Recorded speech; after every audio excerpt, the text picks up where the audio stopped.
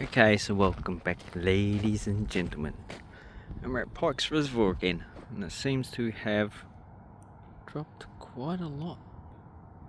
So, it's good time to explore what the actual base of this material is. So, once again, we have a lot of geology over there, and that's the Pikes Marsh Formation. So, it's Permian tillite. So, it's from a retreating glacier. I haven't found that much information. Then you got all this stuff. This is all imported and looks like an igneous type of rock. Could be the Pentland Hills volcanics, but this material is pretty much all original, but because of the wave action, it's actually rounded it. Here we see rock in situ, and people come in, they probably place these, move these rocks around, so that's why they see like this little structure, probably for a fireplace. And I'm about 10 meters from the shoreline, so the shoreline should be up there where the erosion activity is, and these rocks are supposed to be up there to stop it from being eroded.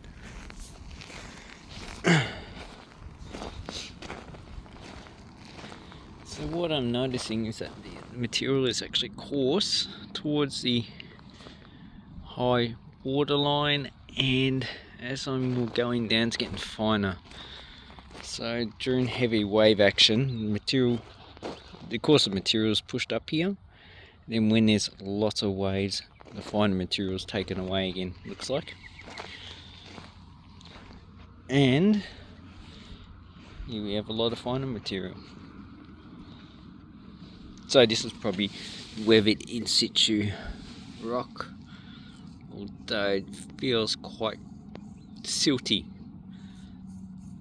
I can make a little worm, so it does have some plasticity, means I can play with it a little bit, and it's not sandy, so it doesn't actually fall apart. Man, is that an oyster or something like that? Let me go down a bit more. This stuff feels a bit more sandy. Still has silt in it, but it's sandy.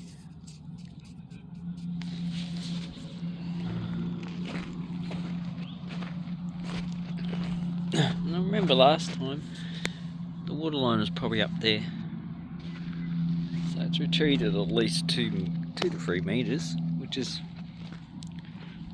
pretty interesting. The water table's probably dropped, I'd say about 3 meters.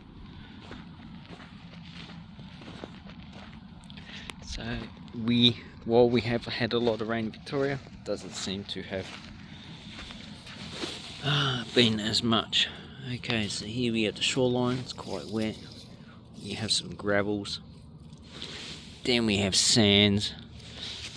And in the water we have silts and clays. So that feels quite clayey. And then we have quartz. So for the Pikes Marsh Formation, you can find quartz. Whether it's got gold in it, I don't know. I wouldn't be surprised if there's gold in it, but let's go over that side and have a look.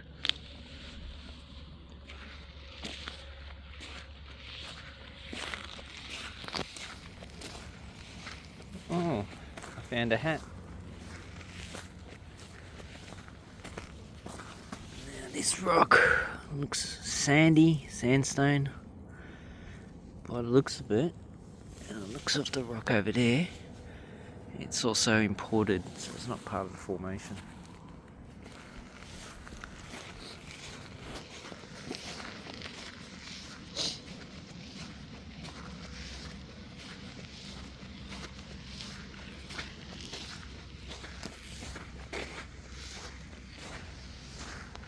A little bit of a sandbar.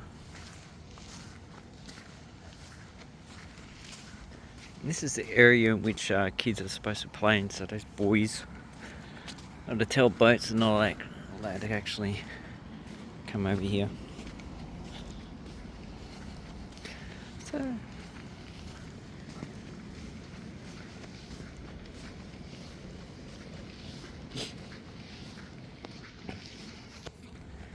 So just by the looks of it, you can see how humans have altered the geology quite substantially.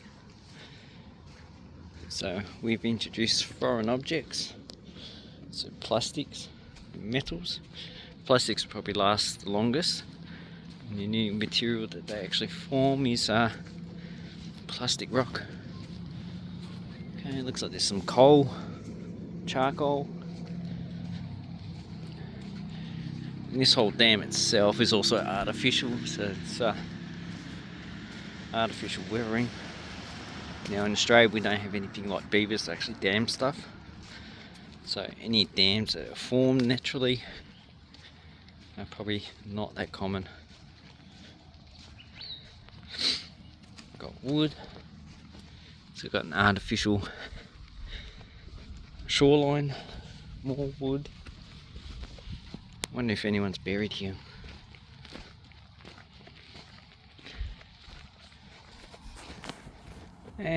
But a lot of this quartz now is actually original. And just thinking about it, this is probably from the original formation. So, well, we have the Bacchus Marsh formation over there.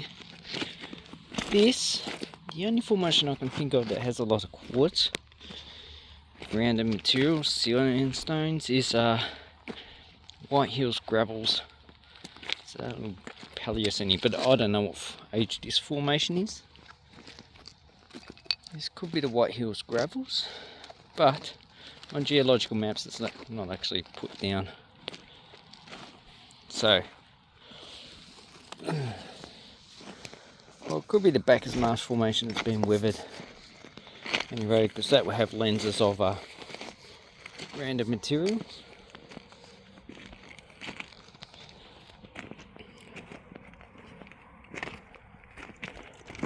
Okay.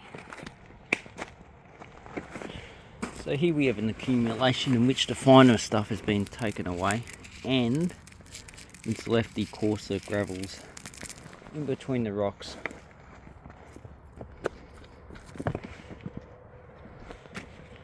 So this is the actual material here. Now, to me, near Seymour they have the White Hills gravels. It looks quite a lot like this material, except the rock is actually a lot more rounded, so it has a lot more. It's been transported a lot more. This doesn't seem to have been as transported as much. It's quite blocky. A lot of it doesn't have as much weathering at all. So, but White Hills gravel is not uniform around the whole area. There's another formation similar to the White Hills gravel. I think it's I can't remember the actual formation. I need to look it up. But anyway, I'll come back and I'll talk about this.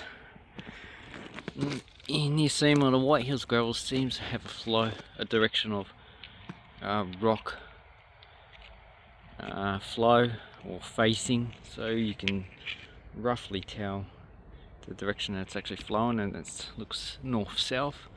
This one I can't tell because it's quite weathered material, but it might not be White Hills gravels. It could be later formation made from the White Hills gravels, or even just another type of formation itself.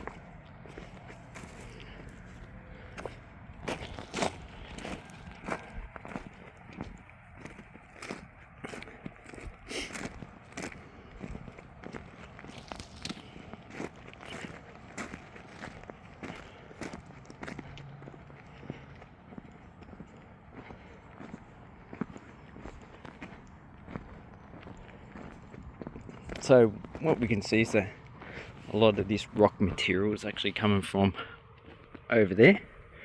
So it's coming above, and as it's been eroded and weathered, or eroded should I say, it's fallen down into the actual dam area. So basically that's what the conclusion I come across.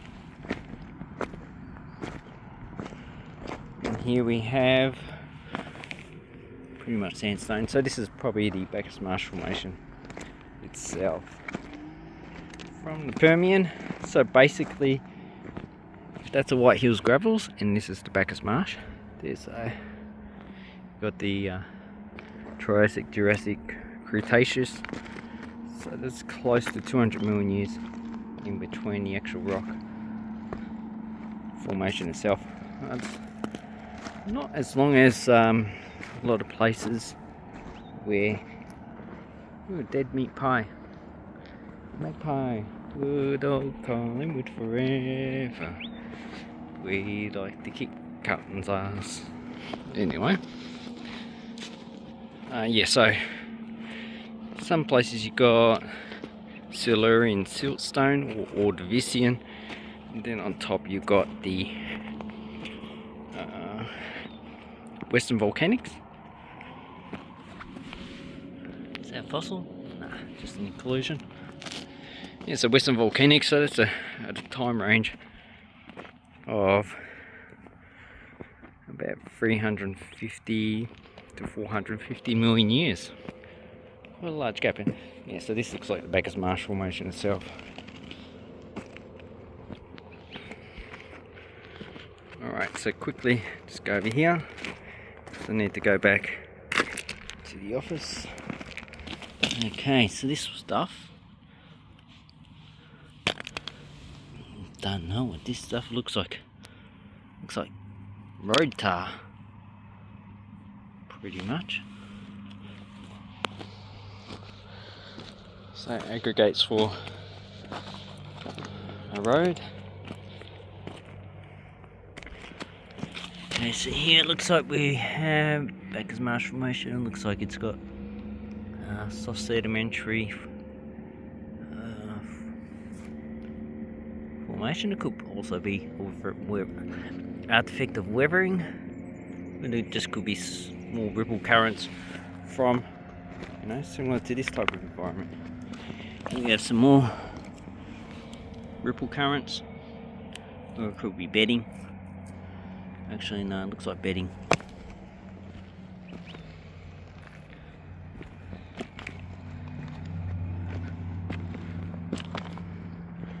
This looks pretty much sandstone.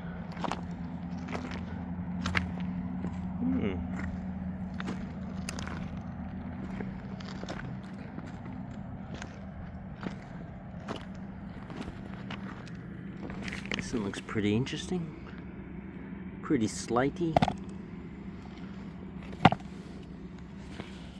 And yeah, pretty slaty itself.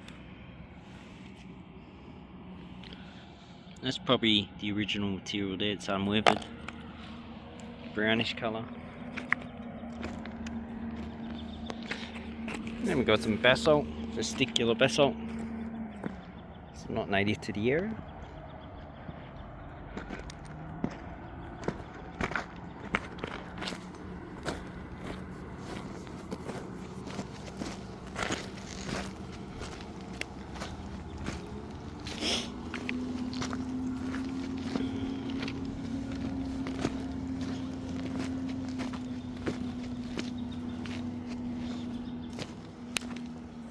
Okay, got brick.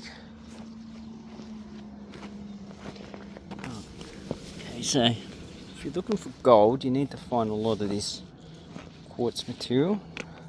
Now, gold is a lot heavier than quartz, so where's an accumulation of gold, quartz,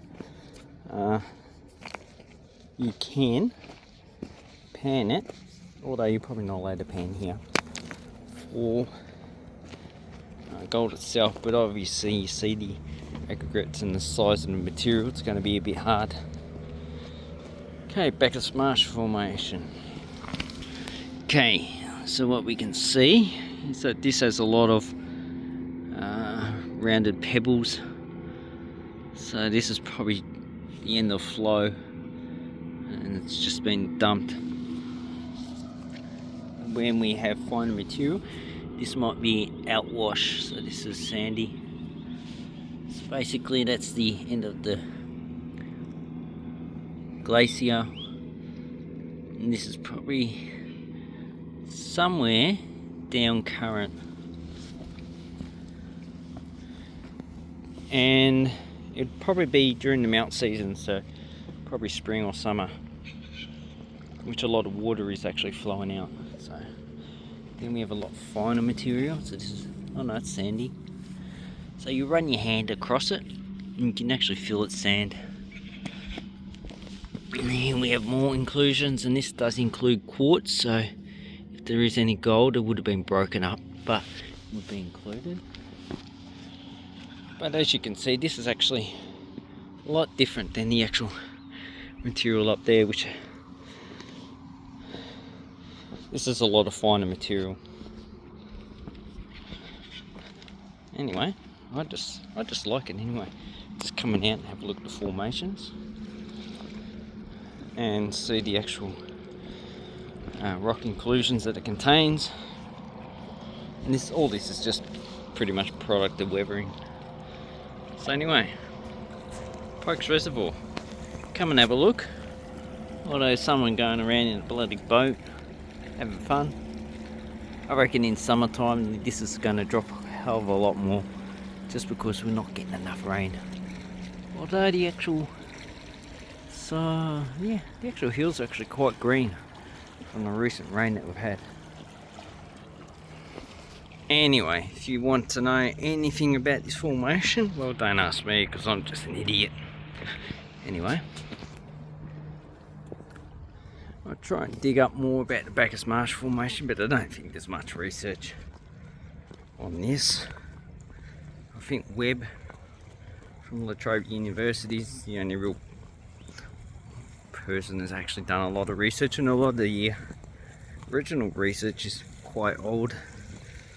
It'd still be relevant, but